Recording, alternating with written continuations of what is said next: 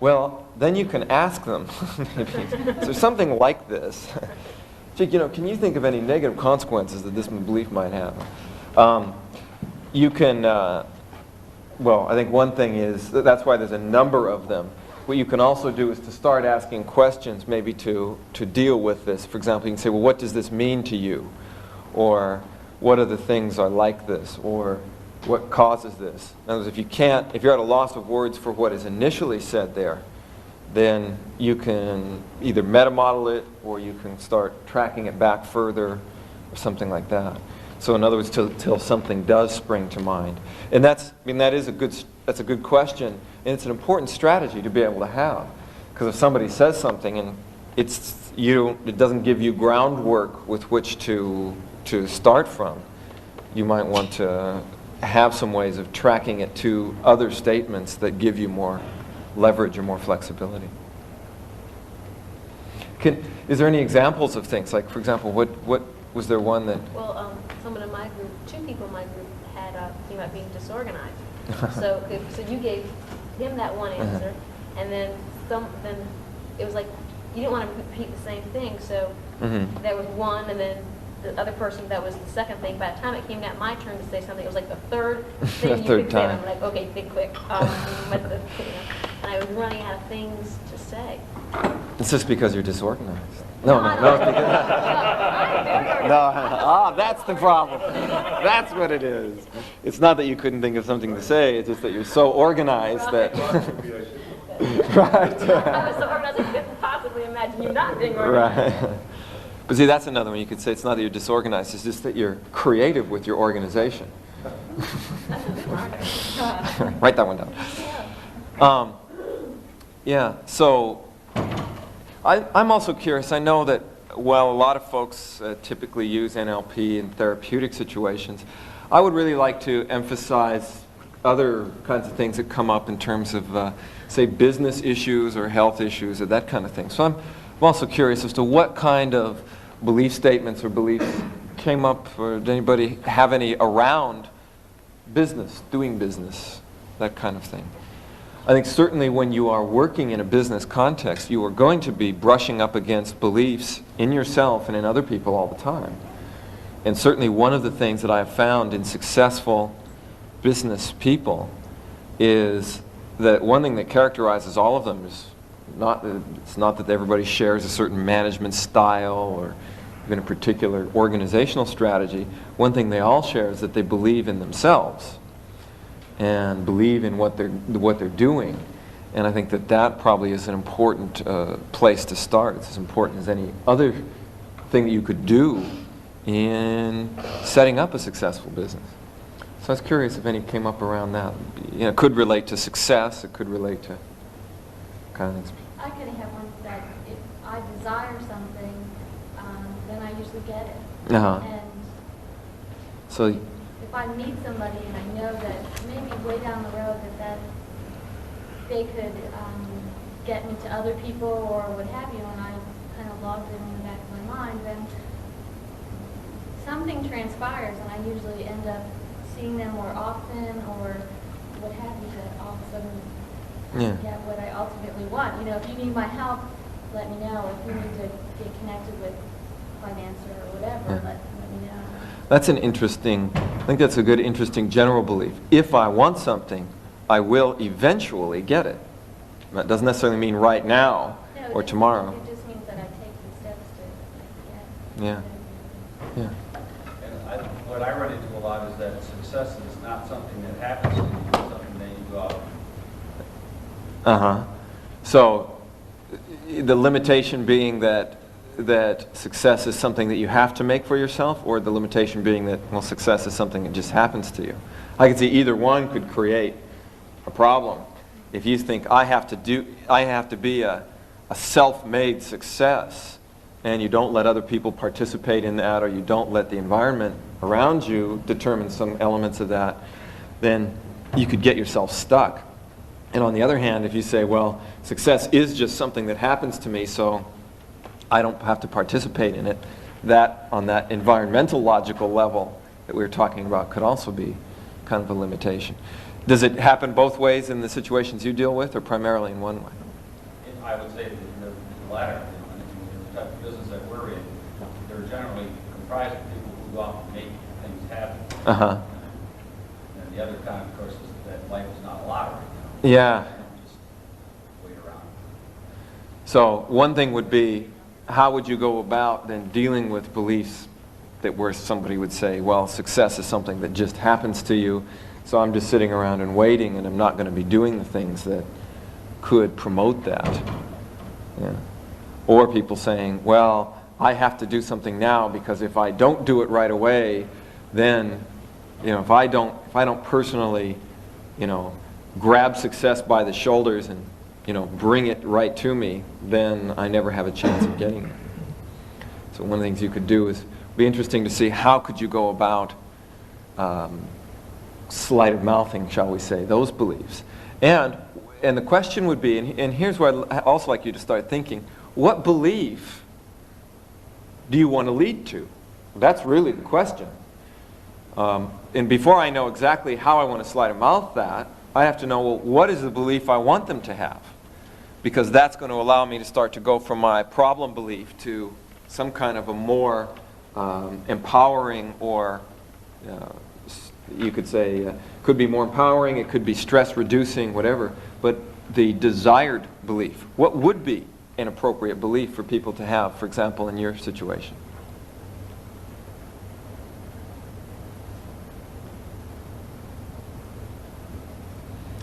Do you know what would be? It strings along, because the thing that we run into at the end is that it's not even just this, it's a matter of then what is success?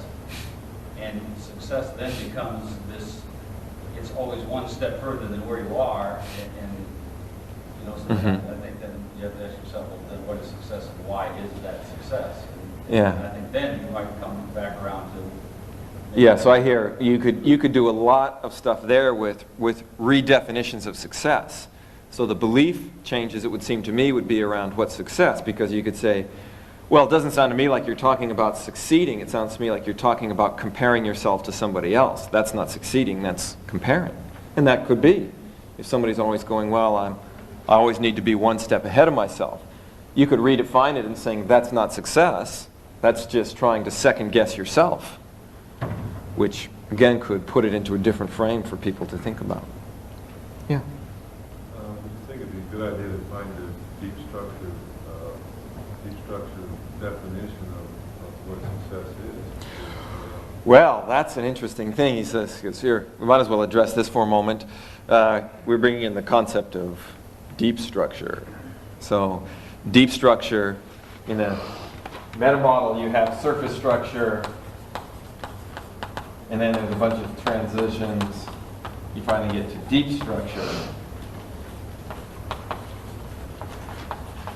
And whenever you're dealing with language, surface structure is typically the statement that somebody makes, which is not necessarily the deep meaning that it has.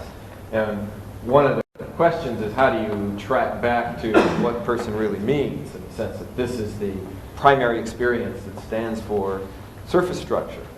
What's interesting about sleight of mouth, though, and I think the typical way in which people look at language is they go, surface structure is generated from deep structure. Part of what we're saying is that there's a strange kind of a feedback loop here which says that, well, surface structure also affects deep structure. In fact, I was challenged, and I think quite nicely so and appropriately so, by somebody at the lunch break who said, well, now, Robert, you said that this chair, when we call this a chair, that's reality. And he said, that's not reality. That's still a belief about this. We were saying and I was saying it's quite true. And I want to bring this up for two reasons. One is because I think it relates to the deep structure, surface structure issue. Number two, because I want to encourage and reinforce that kind of thinking and that kind of challenging of presuppositions. Because in a way, the fact that we call this a chair is because we do all agree to categorize this as a particular object called a chair. I mean, we're agreeing that because this thing has these properties, we will decide to categorize it. We will believe that it's a chair and has a certain function. Not everybody will do that.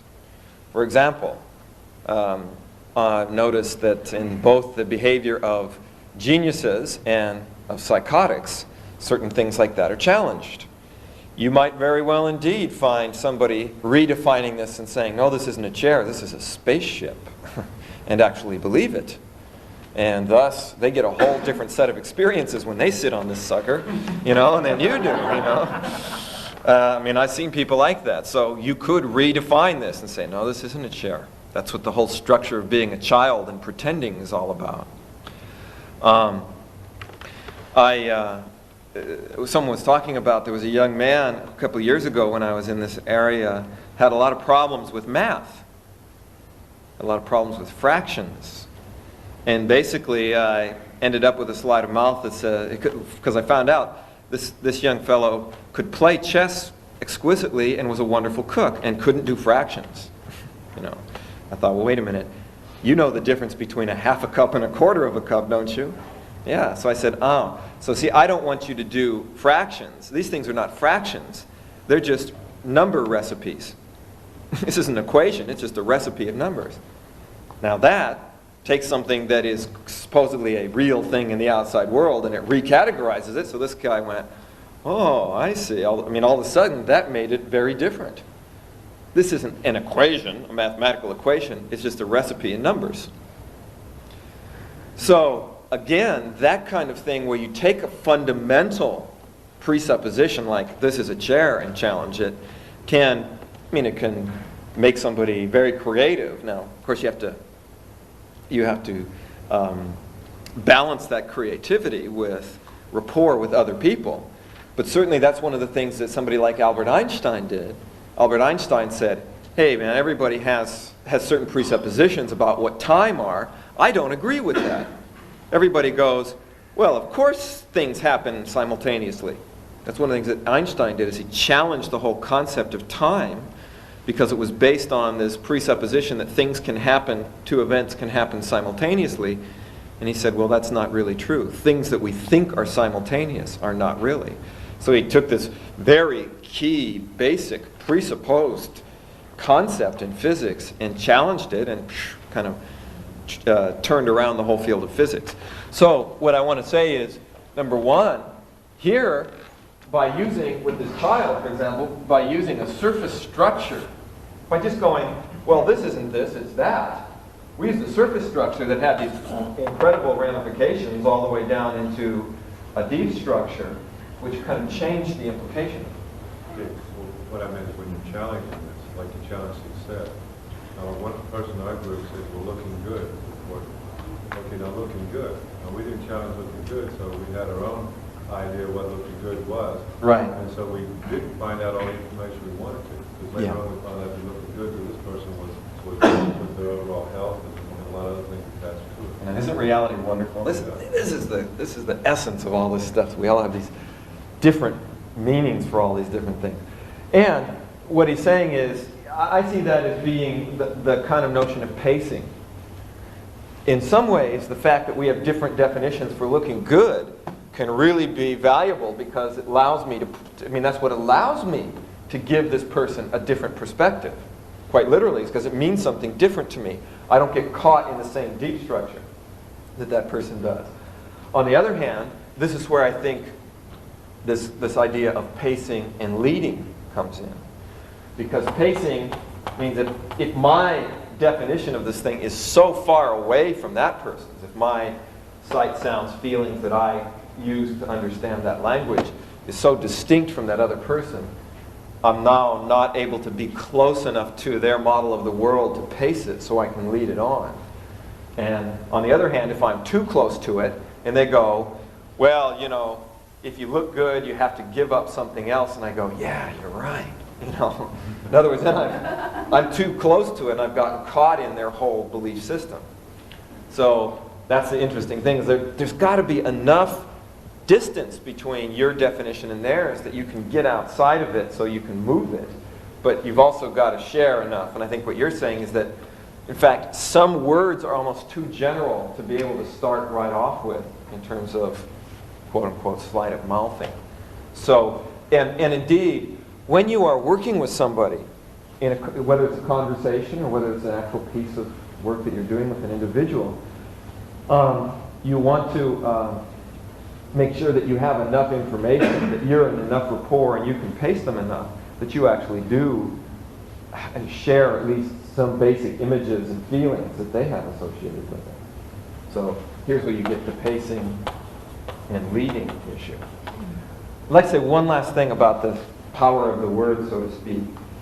What I was intending when I was talking about the difference between this being a chair versus something being an identity, I was really talking about the notion of hierarchies, that if we say if this is a chair or not a chair, for the most part, that's about environment, which is the least impactful, typically on a personal level. It's the least impactful part of our experience. So the fact that people call this a chair usually doesn't come up as a, I mean, people don't argue about it, and whether you call it a chair or you call it, I don't know.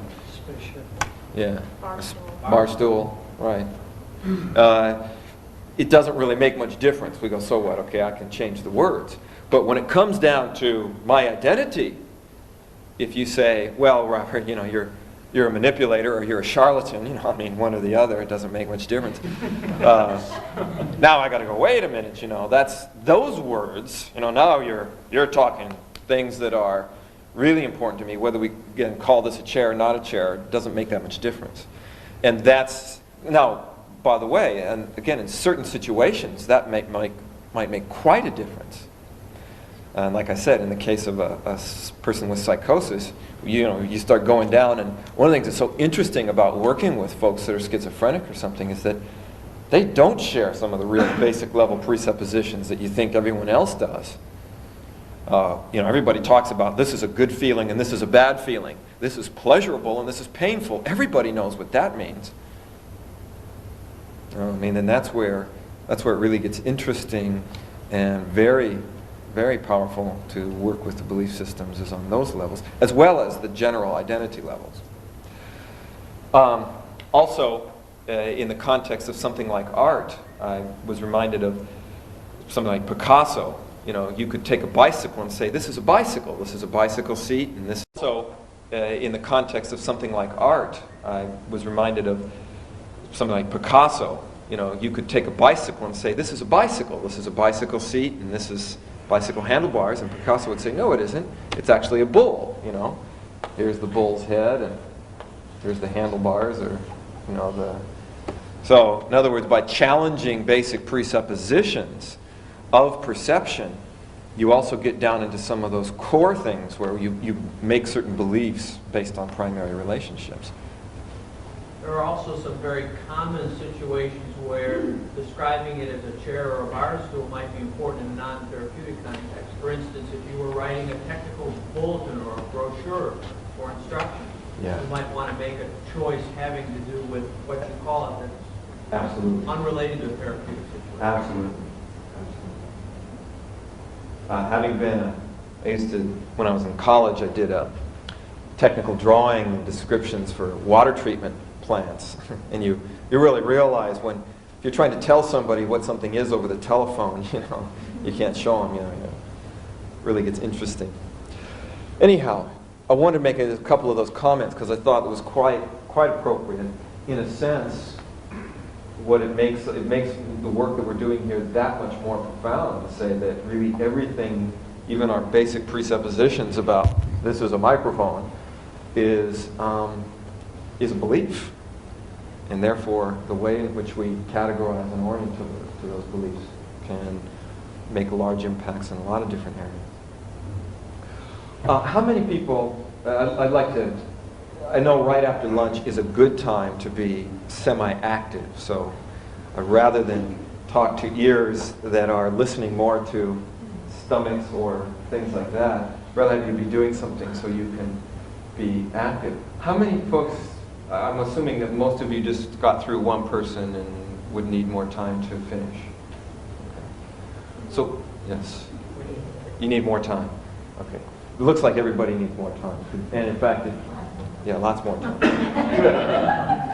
Well, actually, for some of the folks that were just coming in, I was starting, and maybe this would be another time just to check once more.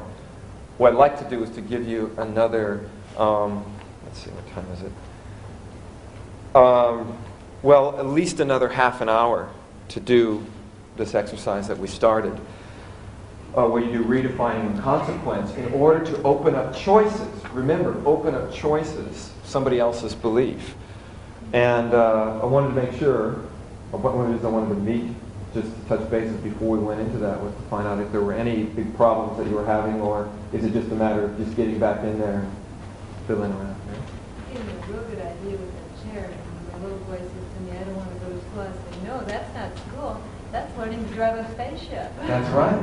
That's But right. how could I befriend piano lessons? Piano lessons. Oh, man. Piano lessons. They're not lessons. Let's go. Well, first of all, to reframe it, what we do is, I mean, that would be interesting, because I mean, this is really neat stuff. What about, what are the beliefs about it? What is person's He was saying it was boring. So piano lessons are boring. How does he know that? Does he say? He seems to, I just noticed that his brother seems to be more excited about it. Since his brother got excited about it, he's not as excited about it. Uh-huh. So what you could do, I mean, there's a lot of different ways that I could say, you could say you're not learning to play the piano, you're learning to express yourself through music. What I'd want to do for him is to find out, here's where the pacing becomes important. I'd want to find out some kinds of criteria, values that are important to him, and then start to track it on over to that.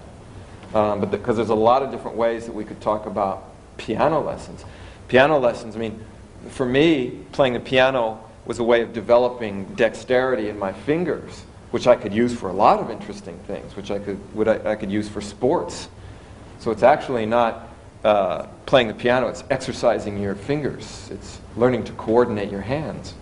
Also, here's where you also get into things like strategy. If you go to cause, what causes it to be boring? Well, typically, you're going to find there's things like the method that the person is trying to use to teach them. I'm kind of interested in this because I've just been doing a series of studies of geniuses, and Mozart is one of them. And Mozart had this incredible strategy where, music was connected to all these different feelings, and Mozart was able to see as an image, he even described it as an image, the whole composition that he was working on at one time. The sounds would go into this kind of an image, and he'd see it like a painting, not like a bunch of notes. He didn't have boring little notes. In fact, the way he described it is that he'd have this incredible synesthesia, and he'd see it's like this beautiful painting. And then since he could already see the painting, he'd just translate this into notes. He knew that this color meant this kind of sound, and so on and so forth. Remember another fellow we were working with, he had a strategy for learning to sight read the piano. If it's the sight reading that's the difficult part. Where if you track back to cause, for instance, he said that when he was learning to play the piano, what he'd do is he'd see a note, a certain place on the scale, then he'd visualize in his mind's eye the piano keyboard, and he'd see which key went with that note, and he'd see another note, and he'd see, well, which key went with that note, and he'd see another one. Pretty soon what he could do is to look at the notes and he'd see the keyboard in his mind's eye. He could just sit around it. That was an interesting thing for him to do. So he said now when he plays music, when he sight reads music, it's real simple. It's like playing a player piano. He looks at the notes, sees the keys going down, and just sticks his fingers in the slots. So the question is, where's the trouble? Is the trouble learning to quote-unquote play the piano, or learning to visualize, have the piano play itself? I mean, the piano plays itself if you create the right image. And so there's a whole lot of interesting ways to do that. I think at this point, it would be interesting I'd like to come back to some of those kind of issues, just real basic day-to-day sorts of issues. Because what you're bringing up is also an issue about motivation, not just identity beliefs, but how could I code something in a way that motivates me, that makes me, like people that don't want to take medicine. He said that's not taking medicine, that's reminding yourself to be healthy. Well, I want to remind myself to be healthy. I don't want to take medicine. I mean, those can become really interesting little changes that might actually, it's amazing things that might actually make a difference for somebody that could really be important. It's one word, one little categorizing. So, without further ado, since I know words will make a difference here, I'd like to get you back involved in doing the... Yeah. Real hard. Yeah. Well, actually, that's a good point to make, I think, too, because the purpose of this is not to have to think specifically, but it's to kind of train you about what happened, any issues, comments, if you did any things that you thought were really groovy, you know, or stuff like that. Where is he coming from, the 60s? Yeah, groovy, man. In other words, if there was just kind of what things came up, then I'd like to go on to introduce some more of the patterns and set up an interaction on a slightly different level.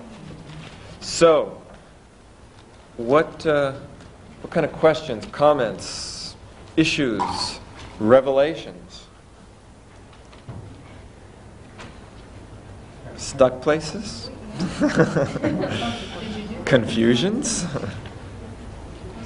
were doing some role playing here. Uh-huh. And there was a person playing the role of someone they were familiar with, and we kept getting resistance stuck and resistance. No matter what we said, it wasn't going to work. Okay, can you give me an example? I'd be curious. Better let Pat do that. Well, because I think that that's a real, I mean, that becomes an important issue. And, of course, with just two patterns, you might not. Well, because I think that that's a real, I mean, that becomes an important issue. And, of course, with just two patterns, you might not be able to get around it. And number two, though, this is one of those situations where if somebody's talking about a belief and you're trying to change the belief and there's really an identity issue, that's, I mean, a so-called hidden agenda, if you will, then that can be real important to know about. And that's why I was saying it'd be good to have, getting that kind of example so you can go, oh, now I recognize what's going on there. Because if you're role-playing a client, what kind of thing was this? Is it possible to say what kind of belief did the client start with? Or? I have been persecuted in past lifetimes, and that's why things are happening to me where they are now, why I'm not accepted. Okay, so because of things happening in past lifetimes, because I was persecuted in past lifetimes, that's why I'm not being accepted now. Okay, so you could go to consequence and say, so then it's very important, the way that you are able to resolve those now will determine what's going to happen in your next lifetime. How would you like that to be? So, by the way, one other piece of context, of course, is I can take things and change around linguistically. Pat, where were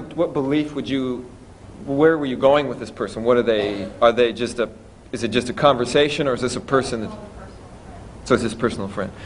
Okay, where would you like to, in terms of doing the role play, I mean, from your point of view, where would you like to end up with the person? Just understanding it, or trying to lead them into a different, like, does it get in their way? I feel that the persecution is getting in the way. Okay. Okay, so they're saying, but the persecution isn't happening now, it happened in the... Oh, yes, it's happening. Oh, so persecution. Okay, so let's come back in, or we'll go back in. Well, is it persecution, or is it being tested for your next lifetime? Well, I have to, karmically, I have to work through the persecution and the pain of having raped and being stabbed in the back, and I know that what my lack of acceptance here and the persecution still exists. Well, is it lack of acceptance, or is it, again, is it other people that aren't accepting you into the groups? By the way, let's also take a step back, because this is a really interesting one, which is why I think getting the examples are good. Here you have, just like the paranoid person that I was demonstrating, here you have an individual who is it's like a self-fulfilling loop. You have a belief that it's hard for other people to accept, so you're going to automatically have evidence to that. And here's a person saying, well, people don't accept me. They're not accepting my belief. So you try to challenge the belief, and what you're doing is you're falling right into that.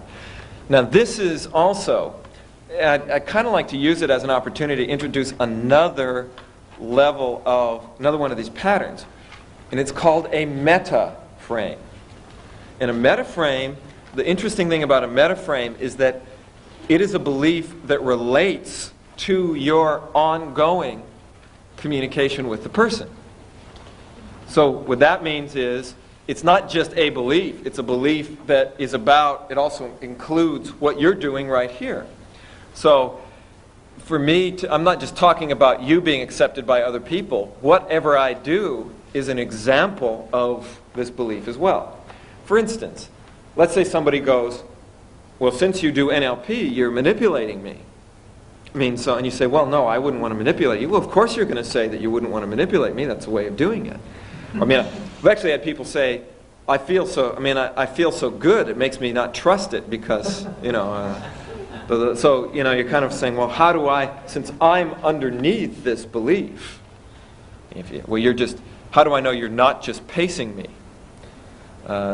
I feel like you're so genuine, it really scares me that people could act that way, because it might just be an act. I might really be getting fooled. The more sure I feel, the more I worry about that I'm just getting fooled by this. So these are the kind of statements that, like the paranoid statement, I want you to help me, but I don't trust you because you might be out to get me, or in this case, you might not be accepting me. And that's why I was saying that this is a good example of a metaframe, because it relates to the ongoing context as well. And that's why you kind of have to put a metaframe on top of that as well. Where, and this would be an interesting thing to say, how could you outframe that frame? And I think that's, before you want to start redefining or going to consequences, because you can see that if I start redefining or going to a consequence, that will be perceived as unacceptance, which is why you're getting the resistance. And I think in this kind of a situation, the resistance is not coming from the belief or changing the belief. The resistance is about you and me right here, right now. What do I need to do to show you that I'm not out to get you or to challenge your belief or to not accept you? So what I'd want to do is to kind of try and find a frame that could go around that, which is to say, well, it could be something like, as a friend, I'm really concerned with this because maybe, I don't know how I fit into the acceptance or not, because I certainly would accept. I find that it's really easy for me to accept people, although because I'm limited in my own models of the world, it's not always easy for me to directly be able to pick up that model of the world. And then I might ask her, what she thinks about that. Because if she's a friend of mine, it's a really interesting thing to me, and I really am concerned about the feelings that she has. And because it's an interesting model of the world, and I would want to communicate with her about that. So what I would try to do, and again I'd have to see how she responds, is set a frame where I validate acceptance, identity level, us being friends, and then push down confusion, not unacceptance. Say I'm not accepting your belief, I'm just confused by it. And I think a number of you were recognizing that a lot of times there begins to become an intention issue involved in this. My intention in doing this role play and not letting you win is because I'm trying to control it. I'm going to always find something that won't work simply because that is my purpose. My purpose is to be right. And sometimes that just has to be accepted. In other words, if you miss that, if you let that be the metaframe and you don't go above it, and this is where meta-commenting becomes important. The way I get out of those kind of double binds is just to pull out of the situation and say, wait a minute, this content we're talking about doesn't seem to me to be the issue. It seems to me like you have a real need to be in charge of what's going on here, and I don't want to challenge that. This person believes that they're really brighter than the average, and therefore... That's right. So if they give in, and imagine then if... Yeah. So then that's what you want to do, though, is to go above that. I won't call the person on that if there's something that's being hidden there. And this is, by the way, where also another outcome, which is another sleight of mouth pattern, becomes important. For instance, I was once in a group where people were trying to elicit a decision strategy from a woman who didn't believe she could make good decisions. And so they were trying to have her get an example where they could get a good decision, so they could help her change her decisions. And she said, well, I've never made a good decision. You know. They said, well, did you ever buy a car? Yeah, but it was a lemon. Well, did you ever get rid of it? I mean, did you decide to get rid of it? Oh, yeah, I had to get rid of it. Well, wasn't that a good decision? Well, no, that wasn't a decision. I mean, that was just paying for my mistake. So, any good decision, she recategorized to something else. So, when I came in, I first put a metaframe where I said, well, you know, the first thing I wonder about, if your decision strategy is so bad, how do we know that it's a good decision to change it, you know, if you've decided that it's not good? And then when I wonder about, if your decision strategy is so bad, how do we know that it's a good decision to change it, you know, if you've decided that it's not good?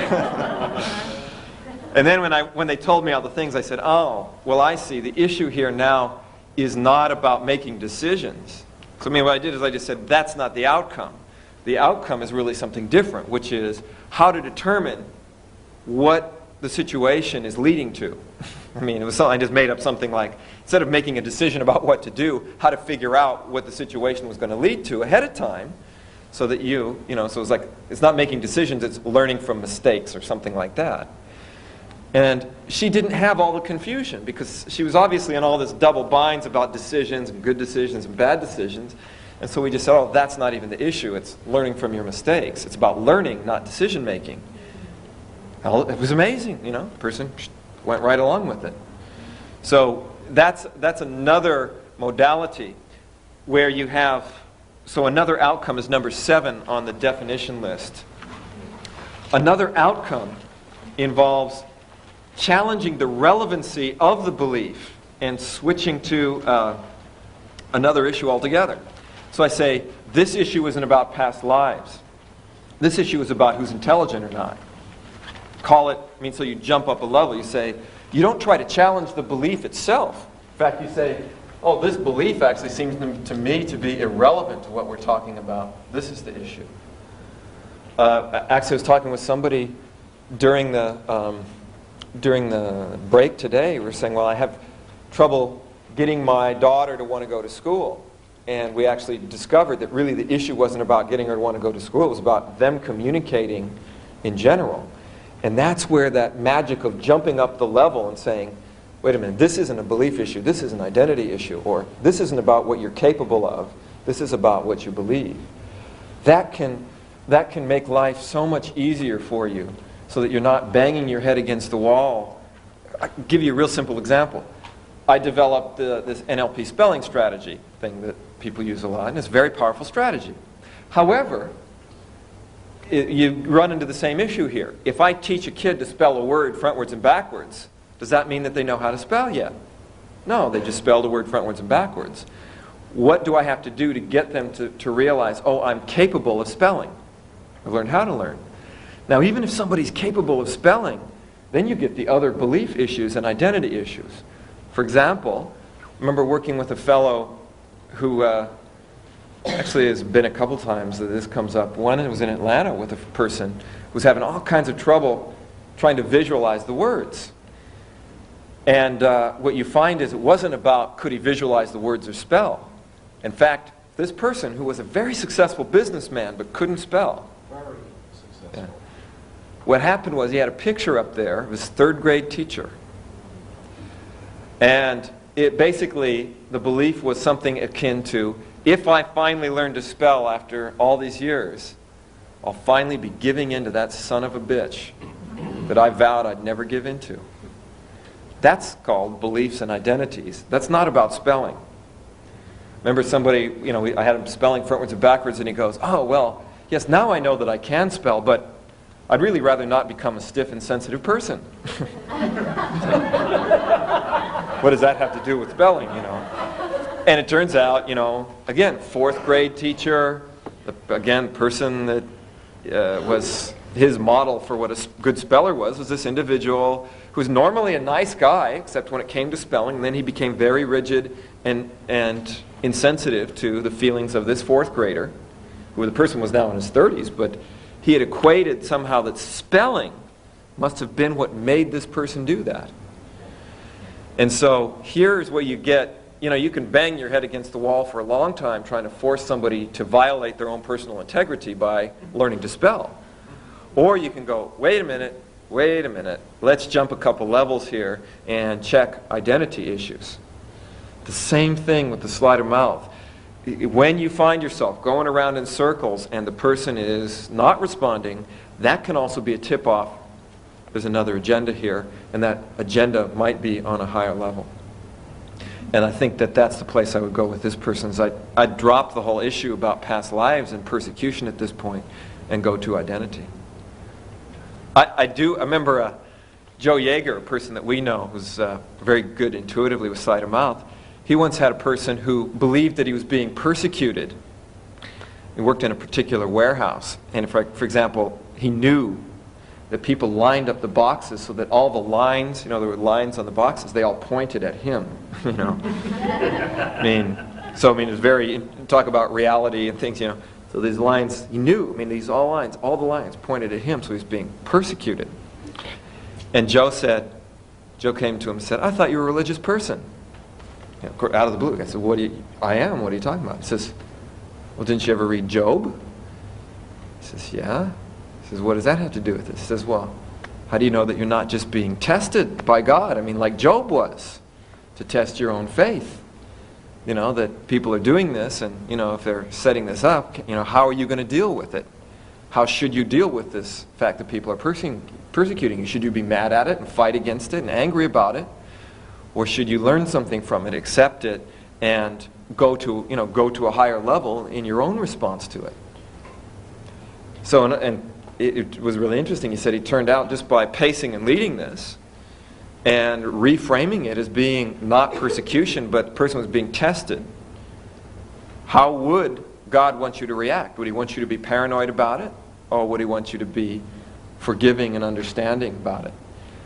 And he said that completely changed around this person's response. And of course, once he started responding differently to the people in his environment, they started responding more differently to him too, and set up a positively reinforcing loop. And the guy, eventually, all the problems disappeared.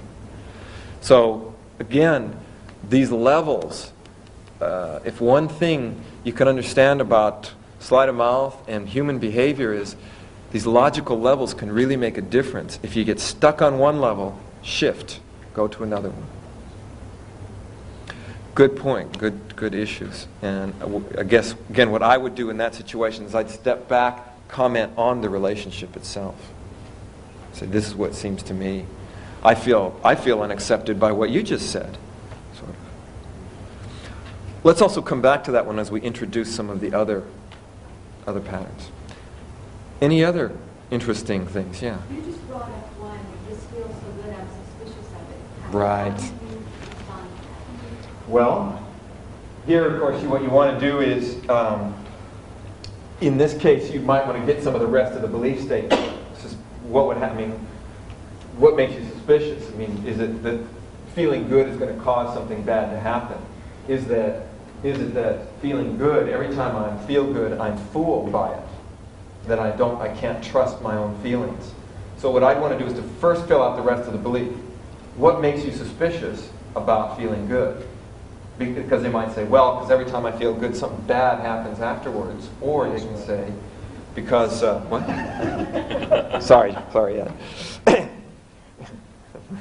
Never mind. Second thing is, I can say, I could reframe any number of things. I could say, well, are you being suspicious or just thinking realistically about it? So if we're going to be thinking realistically about it, let's think realistically about it. If I reframe suspicion of a good feeling to, of course, that's a realistic thing to do because good feelings don't always last. They can't hide other things. So what it does is it takes it out of suspicion and starts putting it into quote-unquote realistic thinking, which is, well, what could happen here? What do good feelings indicate? How can I deal with them? I could also redefine good feelings. Is it good feelings that you're having as opposed to good thoughts? You have good feelings, but it sounds to me like your thoughts aren't good. Otherwise, is it good feelings that you're having as opposed to good thoughts? You have good feelings, but it sounds to me like your thoughts aren't good. Otherwise, you wouldn't be suspicious. So maybe what we need to do is to get your good feelings and your thoughts to coordinate together. Now what that does is it puts another frame around it that, again, can open up possibilities. Because obviously in a situation like that, the person's in a conflict. If you feel good, how can you really be suspicious of it? I mean, if it was generalizing to all the other sensory modalities. So I feel good, but my internal dialogue is not going along with this. And then I separate out good feelings and say, now let's deal just with the internal dialogue. So what that does is it kind of takes it out of just this general belief issue. Also, in some of these, in the responses that I'm making, I'm starting to use other types of sleight of mouth maneuvers, which I think might be good to sort of go into right now. Because what I'd like to do for the next one is to have you set up a little bit different situation than me working one-on-one with somebody. Somebody plays a belief to me, and I have to create options in it. There's another form of sleight of mouth I think is very important, and that is resolving conflicts, whether it's in yourself or between two people. People have conflicting beliefs, and those beliefs will cause them to go into either polarity responses to one another or just cause a lot of resistance and stress. And one of your jobs, whether you're, again, business, therapy, health, whatever, is often to resolve conflicts. And whether it be internal conflicts of beliefs inside of one person in a health issue where they go, yes, I think I can get better, and no, I don't deserve to get better. Or whether it's a conflict in business where you've got to negotiate between two people who are fighting amongst each other.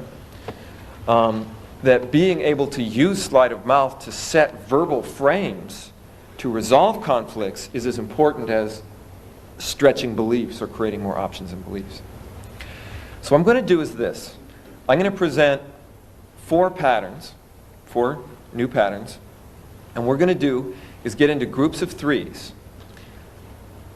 2 people are going to go outside and each going to take 2 of these 4 patterns each, and you're going to go set up a role play in which you will be in conflict with one another based on these patterns. And a role play can be anything that you choose.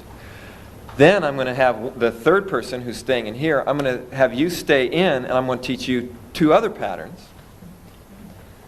And your job is then going to be to resolve the conflict between the other people verbally, trying to use sleight of mouth. We'll be doing other things, but using sleight of mouth as a way to set beliefs so that these people can resolve their problem. They won't know which 2 you're going to be using. But I think you'll find that to be interesting, is how sleight of mouth patterns weave together. So if somebody puts a consequence on you and your belief, what do you do to sort of counteract that? And where do you want to go with it? Do you want to just win an argument, or do you want to actually bring something to an appropriate resolution? So here's what we'll do. Let me teach the patterns, and then we'll get into the groups. So here's the first 4. One is going to be chunking down, the other will be chunking up. One's going to be counterexample, and then changing frame size. One meta comment about the whole process, by the way. I like to state these things sometimes because I think they're important. One, we're learning this in a structured way. I'm giving you a structure for how to think about language. When you actually use this, like when I'm responding to people's beliefs, I don't necessarily think about it from the structure. The structure builds an intuition in me, and I respond from the intuition. So one of the things I want you to realize is that when you use this to make a difference between the structure of, the reason I'm teaching it to you in structure is to build an intuition, so that when you're actually talking to somebody, you don't necessarily need to respond from the structure, which will add another whole thought process in there. You can respond from the intuition that has been built by the structure. So if, in case you're thinking, oh God, I have to think about all the things I'm saying and know if it's going to be a redefine or not, when you're actually using this in real life, you don't necessarily have to think about it that way. Knowing the structure can help you to come up with certain ideas. If you get stuck intuitively, if you can't intuitively figure out where to go, you can then rely on the structure. But my primary reason for teaching you the structure is not so that you respond logically and structurally, but so you build intuitions that will make this stuff pop out of your mouth and go, whoa, that's kind of interesting, I just did that. Okay. Secondly, sleight of mouth is very verbal. It by nature is words, so I know some of you, when we get into language and words, the way of demonstrating it is with more words because it's a very verbal thing. So I wanted to let you know I acknowledge that, and I know that sometimes it'll seem like words are spewing out of your ears and your nose and your mouth and stuff. And if if there's times when we need to just sort of take a break or something, you might want to let me know and we can do something physical. I think what we'll do is, after I do these next patterns, we'll do something as an intermediate, sort of a physical thing. So, chunk down, chunk up. Let me mention, we skipped over intention. Intention is something that I think most NLP people already have a lot of experience with. Intention is basically where you go to not the consequence of the belief, but what is its intended purpose? What is this belief trying to accomplish for the individual? For example, if we take a persecution belief, the intention might be, I build this belief system that nobody can challenge because I want to show how smart I am. That's an intention. It's not necessarily a consequence, it's not a redefine, but it has this kind of positive intention. A lot of times people have beliefs and even psychoses because it's a way of making them special. The only way that I can really be special is by doing this thing that nobody else can challenge or understand or deal with. So I'm special. If I start responding to you, if I start following along with what you want me to do, then I'm not special anymore. So sometimes people especially have had a problem for a long, long time. There becomes this quality of specialness, this intention of uniqueness. So think about that as a possible frame to go to in terms of, it's the standard NLP reframe. What is the intention behind this behavior, behind this belief? So I just want to mention that one. I think you'll probably be familiar with it, and you're certainly welcome to use it. Chunking down. When I chunk down, I'm going to be breaking the elements of this belief up into small enough pieces that it actually changes the relationship that is defined by the belief. So for example, if somebody goes, saying mean things means you're a mean person, and you say, well, which syllable had the most meanness in it, so that I know which ones to change? Yeah, that's your response. It's like, well, that's silly. It doesn't work that way. If I chunk it down small enough, it doesn't fit anymore. The relationship can't hold if I break it down into intonation patterns, syllables, letters. I can't make it work that way.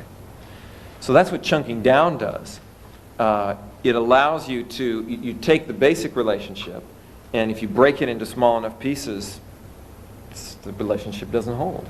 It's like saying, if I say Xerox is a big company, it doesn't mean that all the people that are working in Xerox are big people. The relationship doesn't hold. Hold for the company, doesn't hold for the people. If I say, the United States is the richest country in the world, it doesn't mean that because you're from the United States, you must be a rich. Relationship doesn't hold. Hold for the company, doesn't hold for the people. If I say, the United States is the richest country in the world, it doesn't mean that because you're from the United States, you must be a rich person. What holds for the group doesn't hold for the individual. And that is a maneuver that you can take with sleight of mouth, again, to cause people to rethink the relationship that they've defined. Chunking up is going the other direction. I take the elements and I generalize them to a larger classification so it doesn't hold anymore. So if I take mean things and I generalize it, it could be communicating emotionally. So saying a mean thing is communicating emotionally. That's a much bigger chunk. And I might say, well, does emotional communication make me a bad person? Well, no, the relationship doesn't hold anymore if I generalize it to a big enough classification. So chunking down is breaking it down, chunking up is generalizing it bigger. Some people typically chunk things down. A very classical kind of thing that you find in, I see this happening a lot between, say, executives and accountants. The executive comes in and they go, well, how is the company doing? And the accountant says, well, let's see, last week we made this much money, and then of course on this we had this much sales, but then we had to subtract this and this. Because I don't want to know that. I want to know how the company's doing. I'm telling you, last week we did this. This happened.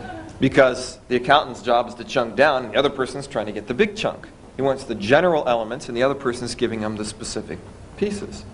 So when you think about having conflicts, you can often find that people get into a conflict because one person is looking at it from the big picture, the other person is looking at it from the immediate small details.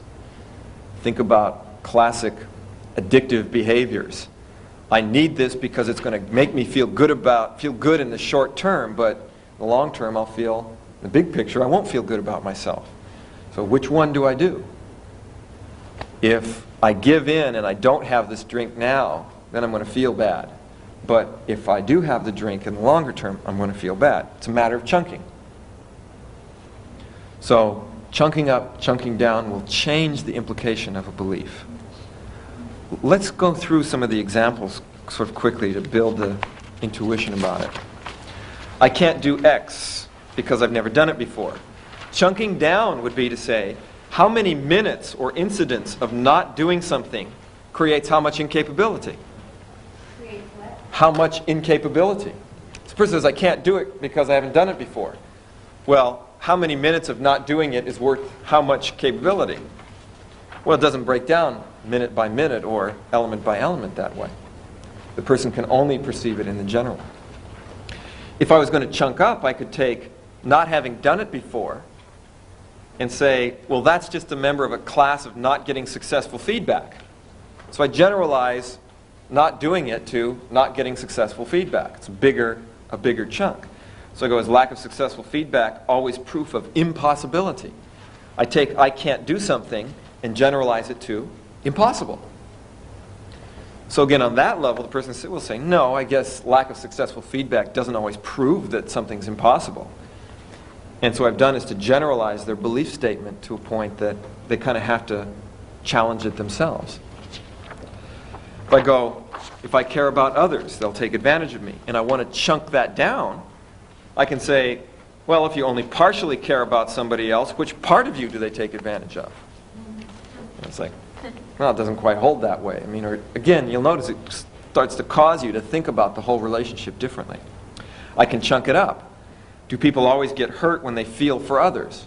Getting hurt is a bigger class of being taken advantage of, and feeling for others is a bigger class of caring for others, because there's a lot of other feelings. So what I do is I generalize that statement to incorporate even more things and see, does it still hold if I generalize it this much? If we go to, you were late, so you don't care about me. Chunk it down. How much caring was each second worth? So again, yeah, right. You gotta watch the report on that one. Or is the most basic aspect of our relationship just a matter of time? So caring, basic aspect of relationship, late, matters of time. Again, well, it doesn't quite seem the same when you put it that way. You say mean things, so you're a bad person. We were kind of doing that one already. Which syllable that I used had the most bad in it? Chunking up. Do you think that everyone who gets a little irritated is evil? Again, chunking up bad to evil, chunking up mean things to irritated, being irritated. This house is too expensive. I can't afford it. Which parts of it could you afford? How about the door? Can you get that window?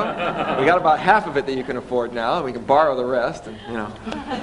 So, I mean, that's by the way, it's a strategy. You'll recognize that they do that, don't they? This, chunking it up. And instead of this house, I go to property.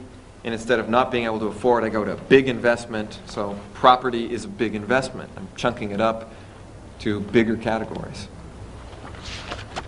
Cancer causes death. If I'm going to chunk it down, What degree of death does each cancer cell cause? One cell causes one element of death. Of course, the relationship doesn't work that way. It's about thresholds. Cancer causes death. Chunking it up. Cancer is a mutation or a change in a part of a system. Death is the destruction of that entire system. So I chunk up and say, does a change in a small part of the system automatically cause a destruction in the whole system? Not necessarily. There must be other elements that are involved that determine what destroys a system or not.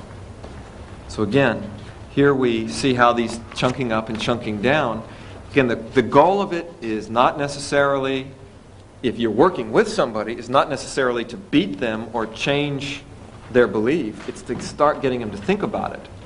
Now, when you do the role plays, I'm going to assign one person to be a down chunker, one person's going to be an up chunker, so to speak. So you'll see how those things work together in an argument, because it'll be real interesting, I think, just to even do it, to find out how you take somebody's statements and keep chunking it down, and the other of you're going to try and keep going to the bigger elements. Okay? So, yeah, up chunking. So anyway. Now, the other two patterns. One is going to be counterexample, and one is going to be change frame size. Counterexamples. Let's go to the definition page first. Counterexample is finding an example of something that doesn't fit the relationship defined by the belief. So in other words, a typical structure of a counterexample is if somebody says, I'm a poor learner because I've never done well on tests, if I can find a test that they've done well on, that becomes a counterexample to their belief statement. If I can find very intelligent people like Einstein who did poorly on tests as well, who clearly wasn't learning disabled, that becomes a counterexample, which forces you to have to rethink about your belief. So we'll go over let's go over counterexamples as a single category. Let's go to page 1. I can't do this because I've never done it before. One creative way to respond to that would be something like, can you repeat what you just said 20 times as fast and loud as you can? You've never done that before. So, again, the counterexample being, here is something that you could do. There's also a little double bind in there. This is something that you could do that you haven't done before. So, it doesn't necessarily mean that you can't do things you haven't done before. There was a time when you were an infant and you couldn't even understand statements like you just made to me. Since you've done that before, can you do that right now? You know, in other words, can you not understand what you just said? I mean, that would be, again, an interesting double bind, but it does use a counterexample. Right now. You know, in other words, can you not understand what you just said? I mean, that would be, again, an interesting double bind, but it does use a counterexample. Since you've done it before, why not? You can do it. If I care about others, then they'll take advantage of me. Counterexample. Isn't it possible to care about others and take advantage of what they have to offer? So again, I can do this and take advantage there. It doesn't only have to go one way. Counterexample. Most people take advantage of people who could care less. You know, again, it's another form of a counterexample. So again, I can have one without the other. I can find an example that doesn't fit the belief statement. You were late, so you don't care about me. I know a lot of people who are punctual but unfaithful. Well, caring people are often late because they care so much about what they do. So again, counterexamples that say, well, late doesn't always have to do with caring. You say mean things, so you're a bad person. I know a lot of people who say nice things, but they'll turn around and stab you in the back. Again, it's a counterexample. Every good person has probably said something mean at some time or another, so good people can say mean things, counterexample. And you can always go and find examples of that and people who are really good. This house is too expensive, I can't afford it. There are a lot of ways to make expensive things affordable. And of course, many affordable things turn out to be expensive in the long run. You know, getting the cheapest one could end up buying a headache. So what do you care about? Your well-being or how much money you're paying? So again, counterexamples. Cancer causes death. Number one, there are many reports of people who've had cancer and are in remission. By the way, this is an interesting thing about language. let me digress just for a second, because I was just reading a thing where a person went out to study cancer remissions. And he went to a hospital, and he asked for their data, went to actually a local hospital where I live, near where I live in San Francisco, and he asked for their data on cancer remissions. And they said, we don't have any. And so he looked around, and of course the reason they didn't have any data on cancer remissions is because they don't have a category for it. I mean, in the hospital, you know, people, if they die, you have all the statistics on the ones that die, but if they don't come back in, they get better, you don't, you know, they're just not a terminal case. You know, you don't know what happens to them. And so they didn't have a category for cancer remissions, therefore there was no information on it. They don't exist to the hospital. And so he said, I tried to figure out, well, how will I find cancer remissions? He says, well, can you give me all the information on people that were diagnosed as having terminal cancer and weren't reported as being terminal? I mean, that they you don't have the data on them being terminal. And he found there's like 180 people in the last 5 years or something that fit this category. So then he went out and he started to check up on them. Well, maybe a couple, 3 of them had moved out of the area. Another 4 or 5 of them had gone to a different hospital and died. But there was like 170 people or so that, you know, were still doing just fine 5 years later or so after a diagnosis. And he went and asked some questions and started to study them and came with some real interesting data. But my point is, you know, you start thinking about, again, the power of language and the power of categories. Hospitals don't have information on cancer remissions just literally because there is no category for it. How can you get data on something you don't have a name for? What's that? Pharmaceutical companies don't pay for this. That's right. Well, that's right. Well, then there's consequences and intentions we could get into. But my point is, I think it's so interesting about reality is that if there's no way of us defining it, then they don't carry the information. It's why, you know, that kind of thing is not factored into a typical medical observation. I had another interesting example of it. I was recently in Holland, and there was an issue there that some women brought up they wanted to work with in terms of beliefs about women, much more, I think it's more so in Europe. I'm sure it's an issue here, but I think it's more so in Europe than in the States. Women being leaders in a group. And they had so we were working on this issue of what beliefs that would you need and what beliefs limited women from being able to be comfortable in a leadership role. Well, what we found was that there were a number of women, it's rather interesting. There's one woman who even trained people how to do it. But she didn't have anything to say to these people that had this issue because for her, leadership didn't have to do with being a woman, it had to do with being a leader. You know, therefore, there was never any feedback of information to women in a leadership role because for these people, it didn't have anything to do with being a woman. So they defined themselves right out of a feedback loop. And some of the women that were concerned about being in the leadership realized that they would group together with other women, you know, who weren't in leadership roles, and so becoming a leader would then ostracize them from the group, and you know, it created this real interesting double bind. But basically, it was kind of interesting because the information that they wanted to get, other people in the room had that they'd been in this group the whole time, but they never connected it because they defined it as being an issue that related to something else, not relating to a woman, was relating to being a leader. So these are some of the kind of interesting things about labels and about beliefs. So I just wanted to digress on that for a moment because it does illustrate some of the power of how language can actually keep feedback loops from occurring so information never gets transferred. Because a person goes, it doesn't belong in that category. Leadership is not a woman's issue, so why should I tell women who think it's an issue anything about it? That's what was happening. So anyway, counterexamples, coming back now, have to do with finding examples that don't fit the belief. Last one for us before we take a breather here, and that is change frame size. Now, one of the people in the group, if they're going to set up the conflict situation, one of you is going to chunk down and do counterexamples. The other one is going to chunk up and change frame size.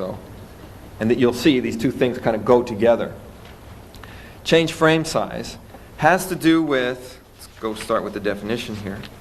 Change frame size is with reevaluating the implication of a belief in the context of a longer or shorter time frame, or larger or number of people, or from an individual viewpoint, or from literally a bigger or smaller perspective.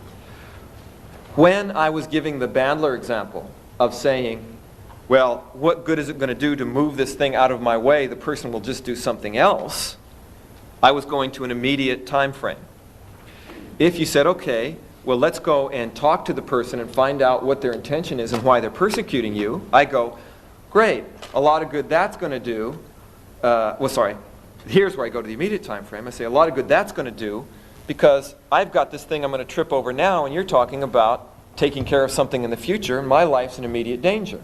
So you go, all right, well, let's deal with the immediate danger. Well, what good is that going to do? They're just going to do something else in the long run. Well, let's deal with what they're going to do in the long run. Hey, well, that's not going to help, because look what's happening in the immediate present. And whatever frame the people were going to, he would come to the opposite. So if they went over a longer time period, he would come to immediate danger. If they say, well, let's deal with the immediate danger, he'd say, yeah, but that's not going to help in the long run. So again, what you see is he just was shifting the frame, going into a larger or smaller time frame, so people didn't know they couldn't respond to it. One of the best ways that I know of to think about changing frame size is what happens in movies, quite literally. Changing frame size is something that's done, for example, by people like Alfred Hitchcock to create suspense. I go into an individual's frame. So I remember in one of these things, he shows two people talking together. And when you're real close to them, they're talking together and having a nice conversation. Then he goes and he shows a bigger frame, and I remember in one of these things, he shows two people talking together. And when you're real close to them, they're talking together and having a nice conversation. Then he goes and he shows a bigger frame, and there's a bomb under the table that they don't see. Then he goes back up and they're talking again, and you're going, there's a bomb going on, and there's a suspense building, because in one frame, you're not noticing that there's a danger that you see in a bigger frame.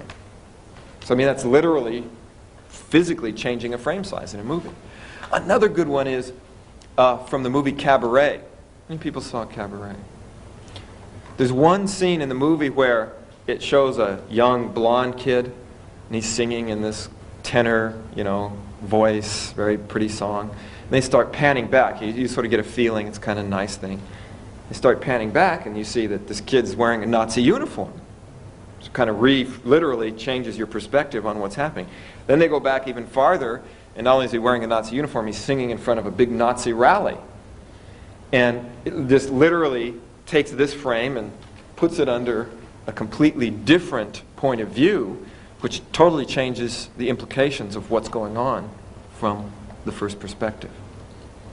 So changing frame size has to do with literally perspective. That's different, by the way, than chunking up. You're not generalizing to bigger categories. You're keeping the belief the same. You're just saying, well, how does it look if I take a big time frame? How does it look if I take a little time frame? Let's go over the examples, and we'll take a breather. So, change frame size on I can't do X because I've never done it before. I say, in the long run, if people didn't start with that belief, we'd all end up being confident without being competent. So what I do is I kind of put their belief, which they're kind of saying is limiting, in a bigger time frame, where I say, well, it's good that you have that belief to start with, because you don't want to believe that you can do something and not be able to be competent in it.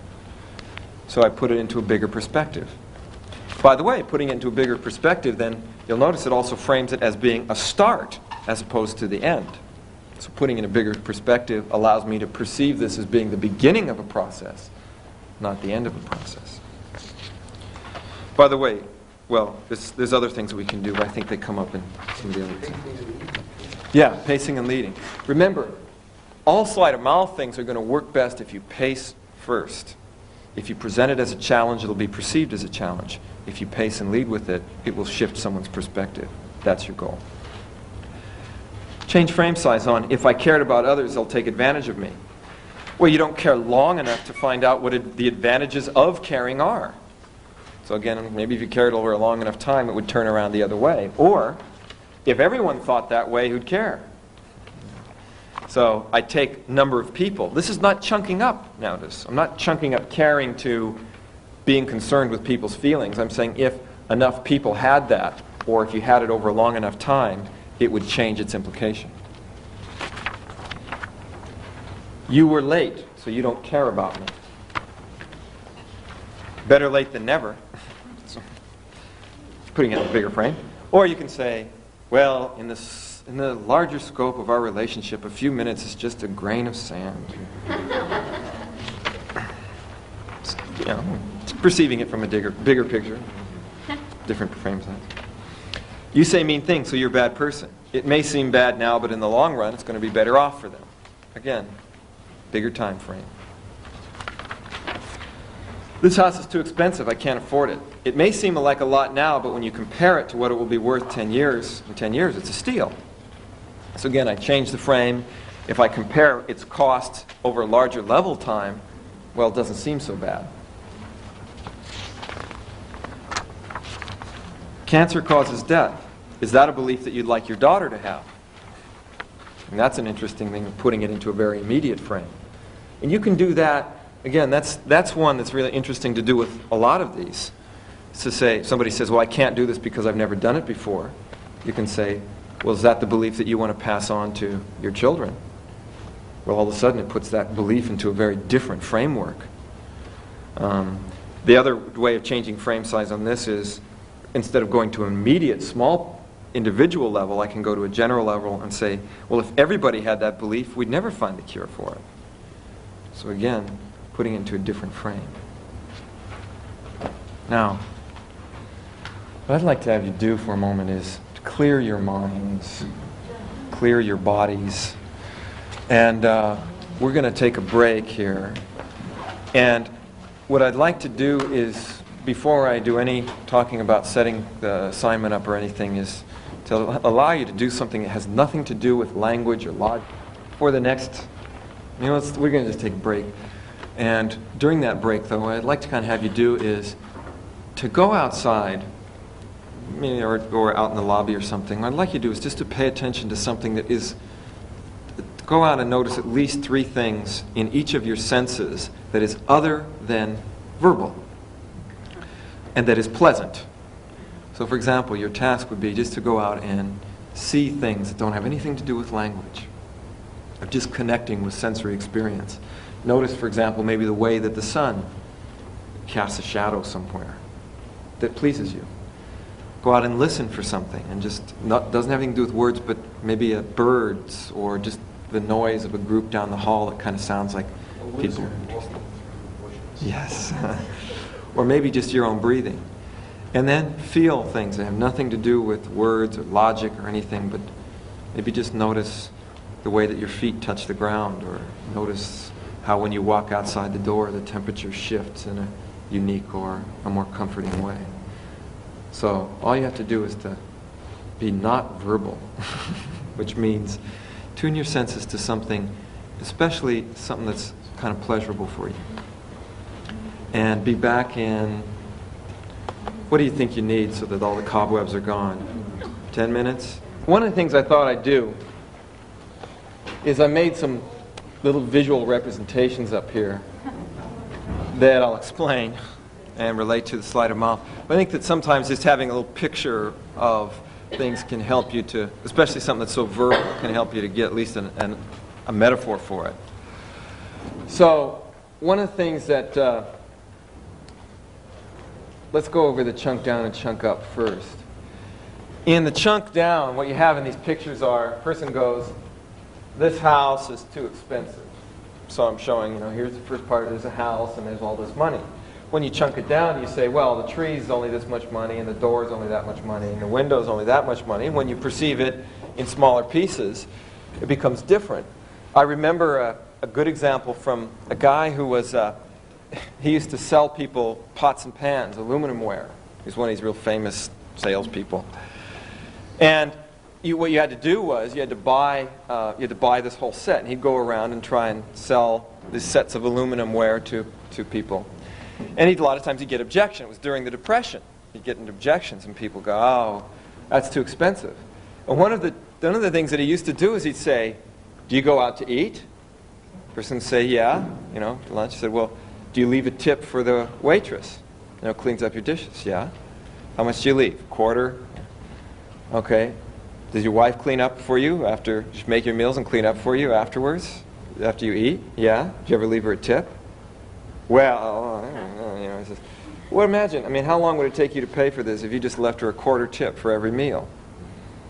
Well, in other words, you can see that the progression would be, by chunking it down into smaller pieces like that, he put it into a framework where the person said, yeah, I guess that this could be affordable. If I put a quarter aside for every meal I got, that's not very much money. But if you take enough breakfasts and dinners and things like that, that can add up to some money, fairly quickly. So that would be another example of how chunking down could kind of change a person's perception of it. Probably one of the best examples, fairly quickly. So that would be another example of how chunking down could kind of change a person's perception of it. Probably one of the best examples I know of this was from Milton Erickson, actually. A guy we all know. And Milton had a lady who who came to him, who had been trying to learn to read for 50 years without success. And what he found was, this woman had been so anxious to read that she used to board all the local school teachers. And she would board them for free in exchange for them trying to tutor her in reading. Now we're talking, he did this 50 years, and at the time she met Erickson, she had 3 teachers boarding at her house. And no one was getting anywhere. And they all kind of described the same thing, that she would go, they'd start to teach her to read, and she'd just kind of blank out and freeze up. And then she'd just kind of be spaced out for this whole time. Now, she said, I want to read so much, I want to do this, Dr. Erickson, can you please help me? Can you use hypnosis? Something like that. And he thought about it for a while, and he did 2 things that were extremely significant. First one was pacing. And what he did was, he said to her, well, I think I can teach you to read, but you have to do everything that I tell you to do, so long as you can already do it. And she kind of looked confused for a moment. Because what he said was, you have to follow exactly everything I tell you to do, as long as you can already do it. So notice this is kind of an interesting thing, she's agreeing to something, she doesn't know exactly what he's talking about, but it's kind of interesting. So then what he does is he gives her a pencil. And he says, you can hold this pencil in your hand. A baby can hold a pencil, so you can hold a pencil. That's something you can already do. Now take this pencil and poke it at this paper. A baby can do that, and now make a line like this and a circle like that. And he just had to start making, a baby could make marks on a piece of paper. Making marks. And, he has her get some like this and some like that. And, finally kind of works around various elements that would have to go together to make an alphabet. Then he has her go home that night, and she has to practice that, for at least 2 hours that night. Just practice making marks. She makes marks. The next day she comes in, and he has her start just making marks by each other. So he has to make a mark here, and then make one of these rounded ones there, and then just a mark like this there, and maybe one like that, and one like that. He's just having her make marks until she can do it. She's just making marks. Just combining them together, but a baby could do that, and she could already make them, so just put them next to each other. That's easy enough. Great. She goes home and he has her practice just these particular ones, just making these little sets of marks. And then he instructs her for the next day, she's to come in and bring some stuff that she wants to read. Okay. The next day she comes in. He goes. The first thing he starts off with, he says, this is a floor plan for a barn that's 20 feet by 40 feet, because she was a rural person. Okay, so she was kind of a down-home type person and had always worked on the farm, never had any education. So he goes, this is a plan for a 20-foot by 40-foot barn. She goes, yeah. Then he draws it in half, and he goes, and this is a plan for 2 20-foot by 20-foot barns. She goes, yeah, so what? So So then he goes on and he has her take her marks. She writes down all the marks again. And then he does this really interesting thing where he has her take a book she brought. And they start looking at the book and he goes, "Oh my God, this book uses a mark that you made. Look at that. It uses a mark that you made." And there's another, "Oh, look, there's another mark that you made." Now notice, I think it's really important, he didn't say, "You made a mark in the book." The book was using a mark that she made. Interesting, there's a presupposition there. Wow, that's interesting. He spent the whole time finding out how this book was using marks she knew how to make. Then he said, now, everything has a name. Like, this is a horseshoe. He took a horseshoe. Yeah, that has a name. And this is a stick, and this is this. So everything has a name. So now these marks that she made, since she already knew how to name things, that was easy. She could name things in her kitchen, name objects. So he just wanted to learn how to name the marks. So she learned how to name the marks, A and B. She made names for them. They had her go home and practice that. And the next thing he had her do was to start to put them together, like the barn, the two 20-foot barns, and all this stuff. So all this stuff she already understood. So he had her start putting these marks next to each other. And he said, now, when you put marks next to each other like this, just like that a chair has a leg, and it has a back, and it has a seat, but the whole thing is a chair, that this set of marks has the name B and an O and O and a K, but there's also a name for the whole marks together. That's book.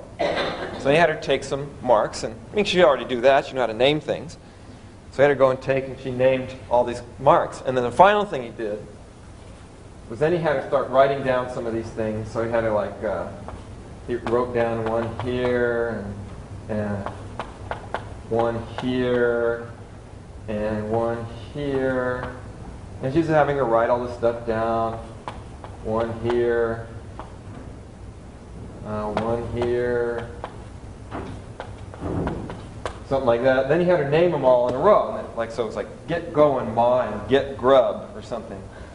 And she said, "Well, that's what Pa always says to me." Because he just had her, after he had her write them down, not in order, he just had her read them all in a row. Just read all the marks that she'd made. Well, that's just like talking. Well, yeah, you know how to talk. And of course, I think you can see that by that point, she already had all the basic skills. So what he did was real interesting. He built a presupposition. I'm not going to ask you to do anything that you can't already do. And so it has to be, it's put into frames of things. He's not going to teach her how to read. He's not going to teach her anything new. He's going to just teach her how to do things that she can already do. And then he chunked it down into small enough pieces that there was no way that she could not be able to accomplish them. So that would be an example of, here he chunked down over a large piece of time. But that's the kind of thing that we're talking about here. A person may not be able to read, but they can make marks, and they can name things, and they can combine marks, and learn the names for combined things. Well, that's all they need. So that's one of the real interesting values of chunking down to get your way around a belief. Chunking up, on the other hand, you can see here as if it goes, well, this house costs too much of a pile of money. I can say, well, it's not just a house, it's your castle. It's your cave, and it's primal, the caves, and, these are always the most important thing for everybody to have. Here you have a fortress against the outside world. That's not what it is. What is that worth? So by chunking it up to a bigger level issue, it kind of changes your perception of it as well. So I think that's becomes by making it into something bigger and fit into this bigger class, once again, it changes your perception. So chunking up, instead of going down to doors and windows and trees, it's going to castles and caves and igloos and all these things that are really basic parts of human experience. How much is that worth? Change frame size. What I did over here is, I'm trying to use a little metaphor. One frame, you look at the house and you go, it's too expensive. But if you look at the bigger frame and see the big bad wolf coming, now do you want a house of brick or a house of straw, So, the change frame size, when you look at here, you go, well, I don't know, this brick house, it looks like a lot of trouble, too much, it's the Three Little Pigs, right? Too much trouble to make, I want to go out and have fun. But if I see the big bad wolf is coming, which one do I want? So that's what change frame size is. What do I include in my total picture? Okay. which is different than chunking up. This is trying to relate it to bigger categories. Counterexample is just, can I find a time when somebody had one part of the belief and not the other? I mean, the belief, which is different than chunking up. This is trying to relate it to bigger categories. Counterexample is just, can I find a time when somebody had one part of the belief and not the other? I mean, the belief is a relationship. This causes that. If I can find that this occurs without that, or that that occurs without, this occurs without that, then that's a counterexample. Okay? So, what I'd like to do is to let's take a couple of beliefs, like I care too much about people. Let's think. The organization one was So I was not organized because you I wasn't, not interested in it because I feel that by being right. organized in one year that I will allow my mind to expand to the okay, that being organized is a trade-off. So what I can do to chunk down is I can say, when you are creative, what parts are there when you're in being creative? How do you create things?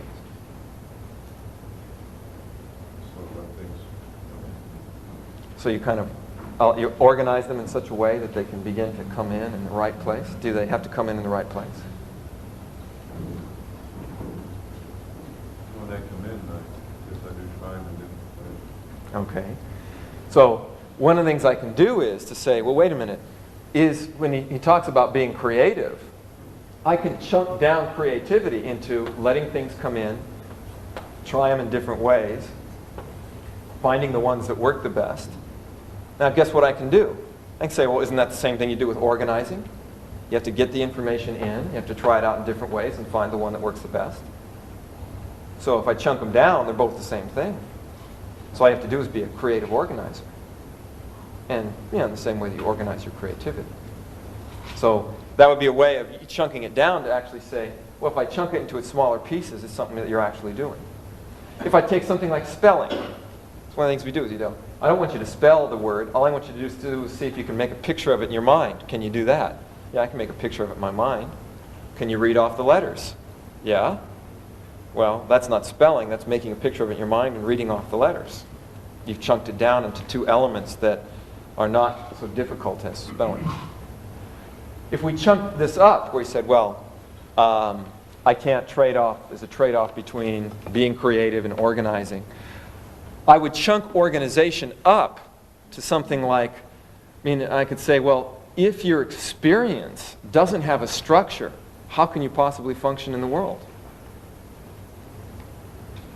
So what I'm doing is I'm taking the term organization and I'm chunking it up and saying, what is organization? In the biggest frame, it's structuring of experiences. Well, it doesn't have the same implications. So is it really such a trade-off to be able to find the most appropriate ways to structure your experiences? Yes. So again, you might want to check out your own responses to that. Let's take a bigger frame size. If I go to bigger frame size, I can say, well, if you don't learn to organize now, if you don't get that done now, then you might have too many pieces out there that are going to come back and get you in the future. So if you just keep letting it go into that disarray, then it might stop you from ever being able to be creative because you're going to be spending so much time picking up the pieces. So that's change frame size. I put it into a longer time frame. Or now the counterexample is fairly easy. I can say, was there ever a time that you were able to be organized and creative at the same time?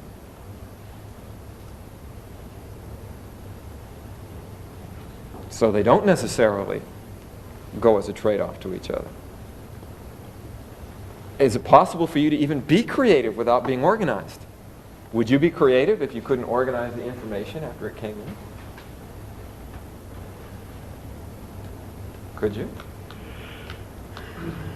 No, I see what you mean. Yeah. So first of all, the structure of what I'm doing is, what I'm wanting you to do is to be thinking about it from literally different perspectives. So I say, well, the kind of thing I was working on here is creativity means I can't be organized. There's a trade-off between the two. So what I can do is say, well, wait a minute, let me find an example that doesn't fit this belief. There have been times when you've probably been able to be creative and organized at the same time. In fact, I could say the most important, the people that are the biggest geniuses that I know are the ones that are the most organized about their creativity.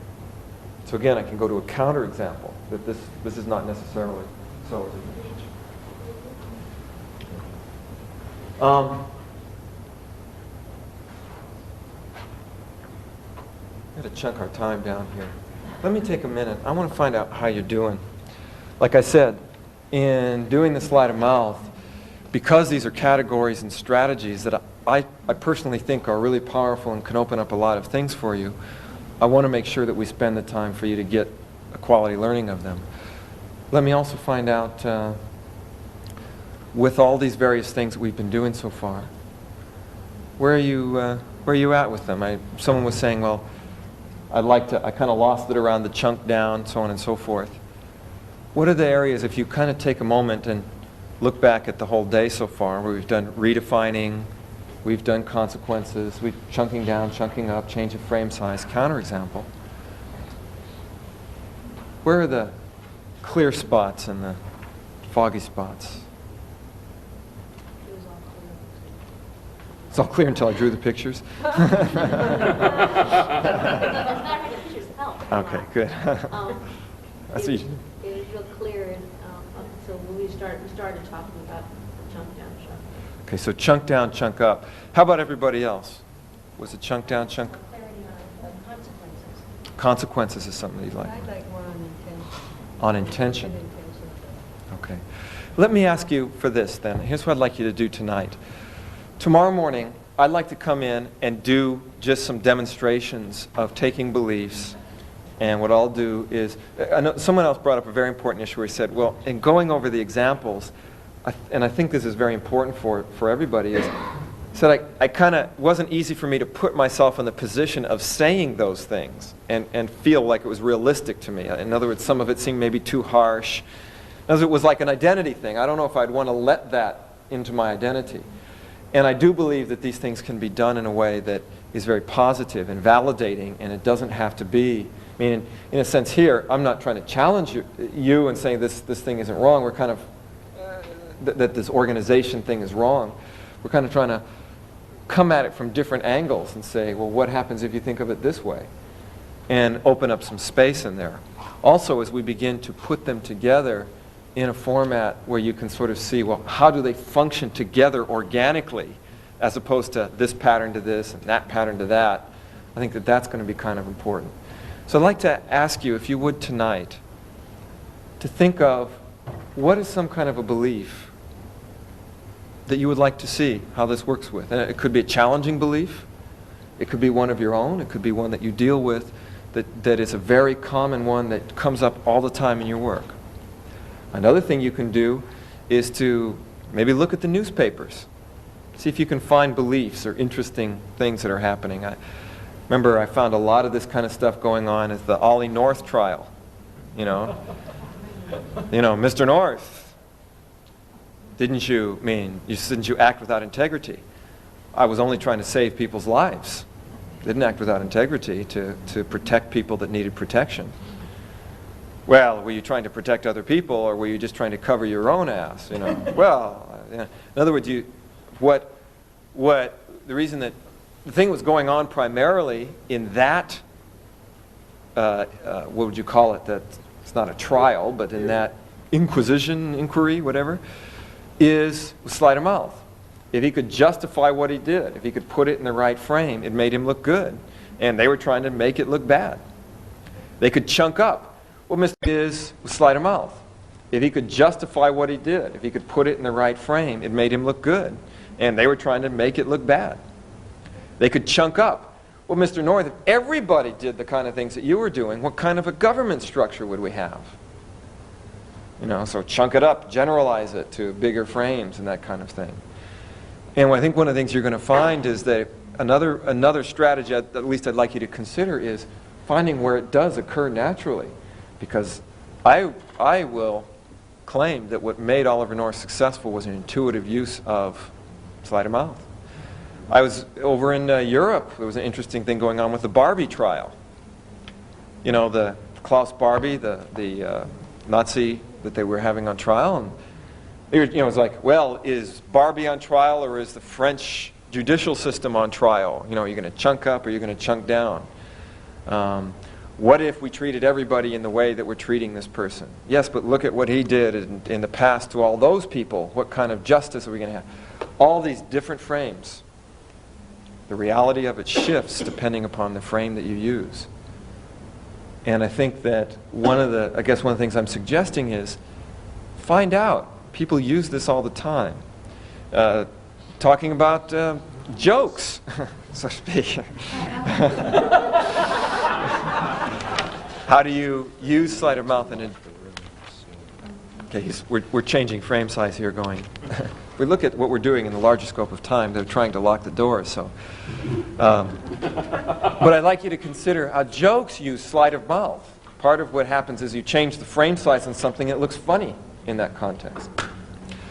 So, tomorrow morning, first thing, what I will do is to show how to organically put some of these things together in a piece, the ones that we've covered so far, and then we'll move on into some of your own doing exercises. So bring in some challenges for me.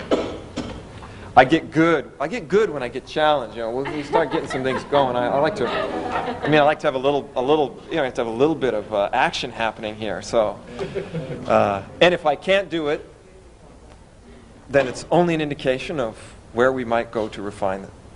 So, anyway, good night. Thank you.